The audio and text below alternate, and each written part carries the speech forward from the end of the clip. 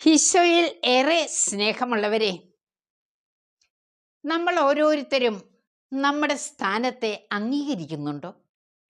ജോലി രംഗത്തായാലും കുടുംബജീവിതത്തിലായാലും വിദ്യാഭ്യാസ രംഗത്തായാലും ഏത് മേഖലയിലും നാം സംതൃപ്തരാണോ?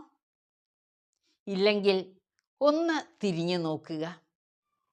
യെശയ്യാ പ്രവചനം 62-ാം അധ്യായം 3-ാം തിരുവചനം പറയുന്നു, കർത്താവിൻ്റെ കയ്യിൽ നീ മനോഹരമായ ഒരു കിരീടമായിരിക്കും, നിന്റെ ദൈവത്തിൻ്റെ കരങ്ങളിൽ ഒരു രാജകീയ മകുടവും.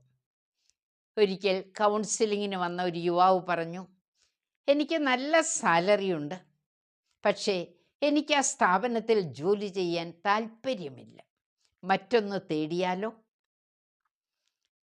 കുട്ടികൾ പറയും, ഈ സ്കൂളിലല്ല മറ്റേ സ്കൂളിൽ പഠിച്ചെങ്കിൽ നന്നായിരുന്നു. മാതാപിതാക്കൾ പറയും, ഈ ബന്ധമല്ല, എൻ്റെ മകൾക്ക് മറ്റേ ബന്ധം മതിയായിരുന്നു.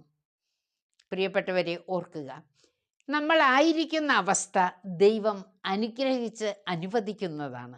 അവിടെയാണ് നാം പ്രശോഭിക്കേണ്ടത്.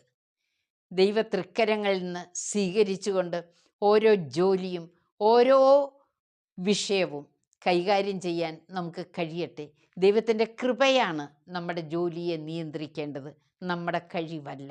അതുകൊണ്ട് മാറി മാറി സ്ഥിരതയില്ലാതെ പല വ്യക്തികളും ജോലി സ്ഥലങ്ങളിൽ ഇടപെടുന്നുണ്ട്. ഒന്നിൽ നിന്ന് മറ്റൊന്നിലേക്ക് പോകും, അവിടെ നിന്നും മറ്റൊന്നിലേക്ക്, അവസാനം പ്രായമേറി ഒന്നുമില്ലാത്ത അവസ്ഥയാകും. ദൈവം നിങ്ങളെ തിരഞ്ഞെടുത്തിരിക്കുന്നു. ദൈവത്തിൻ്റെ കരങ്ങളിൽ ഒരു മകുടമാകുന്നത് ആയിരിക്കുന്ന രംഗത്ത് വിശ്വസ്തയോടെ ദൈവകൃപയോടെ വ്യാപരിക്കുമ്പോഴാണ്. എല്ലാവരെയും ദൈവം സമൃദ്ധമായി അനുഗ്രഹിക്കട്ടെ. സംതൃപ്തിയോടെ നമുക്ക് മുന്നേറാൻ ദൈവത്തിൻ്റെ അനുഗ്രഹം എല്ലാവർക്കും ലഭിക്കട്ടെ.